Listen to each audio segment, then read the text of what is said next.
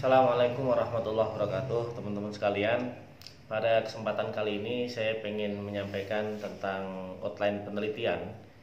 Jadi terutama teman-teman yang membuat penelitian kualitatif. Kalau yang kuantitatif itu melihat di buku panduan lebih mudah. Jadi untuk skripsi, tesis, di panduannya 5 bab ya, bab 1, bab 2, bab 3, bab 4, bab 5 ya. Kalau disertasi bagaimana? Sama, sesungguhnya di panduan itu 5 bab, hanya saja kemudian dibuat bahwa 5 bab itu adalah bab minimal, sehingga teman-teman bisa mengembangkan, bisa 6 bab, bisa 7 bab. Nah, untuk penelitian kuantitatif outline-nya silahkan ikuti itu di bab satunya, di bab pendahuluan, bab 2-nya tentang teori ya, teori penelitian dan seterusnya sampai di bab 5, bab penutup.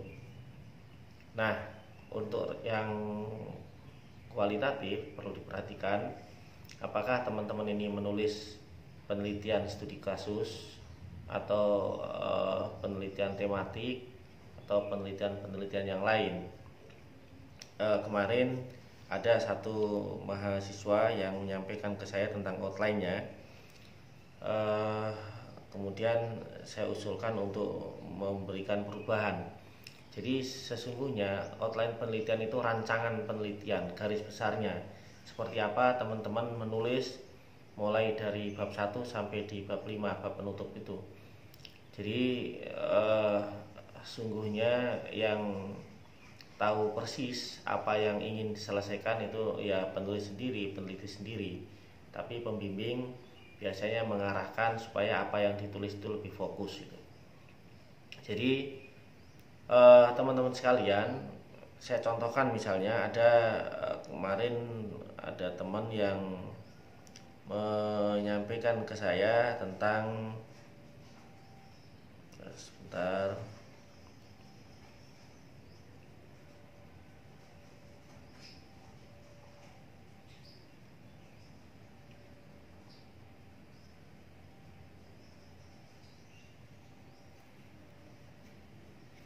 Judul penelitiannya misalnya implementasi total quality management pada perguruan tinggi keagamaan Islam.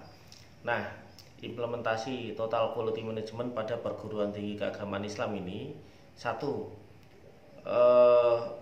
keagamaan Islam tidak fokus pada satu lembaga keagamaan Islam, tidak fokus pada satu kampus. Berarti ini bukan penelitian lapangan ya. Jadi teman-teman juga harus fokus ke situ, apakah ini penelitian lapangan atau penelitian konsep. Jika penelitian lapangan berarti teman-teman harus perhatikan ada di mana lokasi yang ingin diteliti. Tapi kalau penelitian konsep berarti konsep apa yang ingin dihasilkan.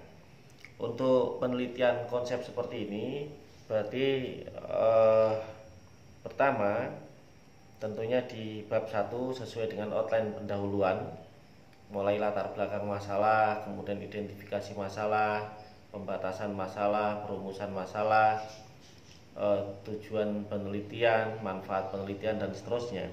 Kemudian di bab 2 itu untuk penelitian yang studi kasus biasanya nanti ada landasan teori, sama seperti penelitian kuantitatif juga landasan teori ya. Tapi untuk penelitian yang konsep terkait dengan penelitian tadi, implementasi total quality management pada lembaga perguruan tinggi keagamaan Islam, tentunya misalnya coba mulai dari yang luas sampai ke mengerucut apa yang ingin teman-teman hasilkan.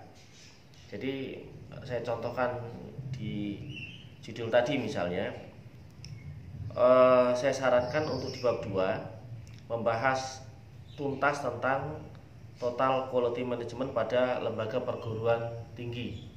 Jadi total quality management itu kan sangat luas sekali ya, ada di perusahaan, ada di lembaga-lembaga yang lain. Mulai dari yang luas terus mengerucut sampai di lembaga perguruan tinggi itu seperti apa. Ini bahas di bab 2. Kemudian di bab 3-nya mulai bahas tentang manajemen berkualitas pada perguruan tinggi keagamaan Islam. Nah, ini karena perguruan tinggi keagamaan Islam bahas bagaimana total quality management dalam Al-Quran misalnya, atau menurut Islam itu seperti apa. Bahas sudah seperti itu, nanti sampai mengkerucut kalau begitu untuk lembaga perguruan tinggi keagamaan Islam seperti apa. Nah, untuk di bab 4-nya saya sarankan implementasi standar penjaminan mutu perguruan tinggi keagamaan Islam di era 4.0, karena supaya konsep ini bisa digunakan di lembaga-lembaga yang sekarang sudah masuk era 4.0, maka di bab 4-nya silakan kaji tuntas di bagaimana konsep yang dihasilkan oleh peneliti ini, mulai dari bab 2 mengerucut ke bab 3. Bab 3 ini nanti bagaimana implementasinya di era sekarang. Nah, kemudian di bab 5-nya, bab penutup ini nanti ada kesimpulan. Sekali lagi saya sampaikan ke teman-teman, kesimpulan itu bukan ringkasan ya. Seringkali saya temukan yang kan memang dalam benak kita itu yang namanya kesimpulan seolah-olah yang menyimpulkan yang meringkas. Bukan. Kesimpulan itu bukan ringkasan. Kesimpulan itu adalah jawaban dari rumusan masalah.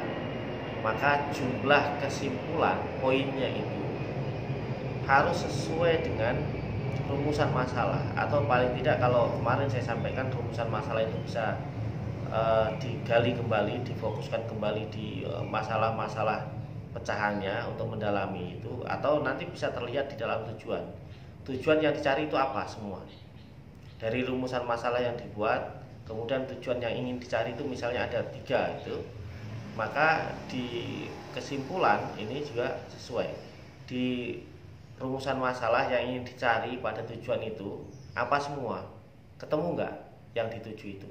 Nah, kira-kira seperti itu. Saya kira itu. Terima kasih kepada semuanya, tetap semangat. Jadi apapun keadaan dan kondisi saat ini, semangat menulis tetap tidak boleh turun ya. Terima kasih. Salam semangat. Assalamualaikum warahmatullahi wabarakatuh.